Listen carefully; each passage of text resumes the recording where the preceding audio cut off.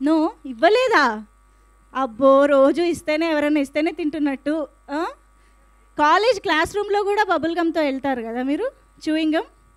No, side పాకెట్సా చూసారా?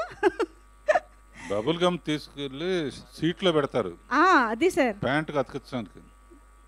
ప్యాంట్లో తీసుకుని వెళ్తారు, తిన్నాక సీట్లు కిందే ఉంటాయి అవన్నీ కూడా.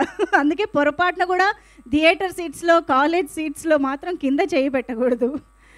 సో అది ఆ డైలాగ్తోనే యాక్చువల్లీ టీజర్ స్టార్ట్ అవుతుంది. ఎందుకంటే బబుల్ గమ్ ఈజ్ అందరి పార్ట్ ఆఫ్ లైఫ్లో ఒక భాగం అయిపోయిందని చెప్పాలి. So bubble gum itself is a character అని కూడా చెప్పొచ్చు. బికాజ్ టీజర్లో మనకి డిస్క్రైబ్ చేసినట్టు ఫస్ట్ నోట్లో పెట్టుకుని తినగానే స్వీట్గా ఉంటుంది, తర్వాత కొంచెం టేస్ట్ తగ్గుతుంది. ఇలాంటి ఒక క్యారెక్టరైజేషన్ ఉన్నటువంటి ఒక బబుల్ గమ్ అనే పదార్థాన్ని టైటిల్గా ఎందుకు పెట్టారు అనేది మేబీ మనకు సినిమా చూసాక ఇంకా డీటెయిల్డ్గా అర్థమవుతుందేమో. But there is a lot we are talking in the film అని అర్థమవుతుంది. రవికాంత్ పెరెపు గారు ఒక ఇంట్రెస్టింగ్ స్టోరీని మన ముందుకు తీసుకొస్తున్నారు. Yes, I can see that Rana garu is here.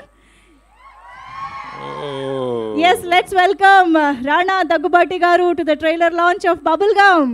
Belated happy birthday Rana. రాత్రే రాణా బర్త్డే జరిగింది. బర్త్డే జరిగింది.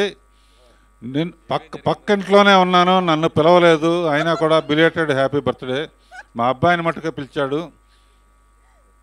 కరెక్ట్ కదా సార్? అంటే మరీ అంత యంగెస్ట్ పర్సన్తో వాళ్ళు అంతేనా రాణా గారు? అంటే ఆ పార్టీ ఇంకా జరుగుతుందండి. Okay. Yes, thank you so much. First of all మరొకసారి రాఘవేంద్ర రావు సార్కి, అనిల్ రావు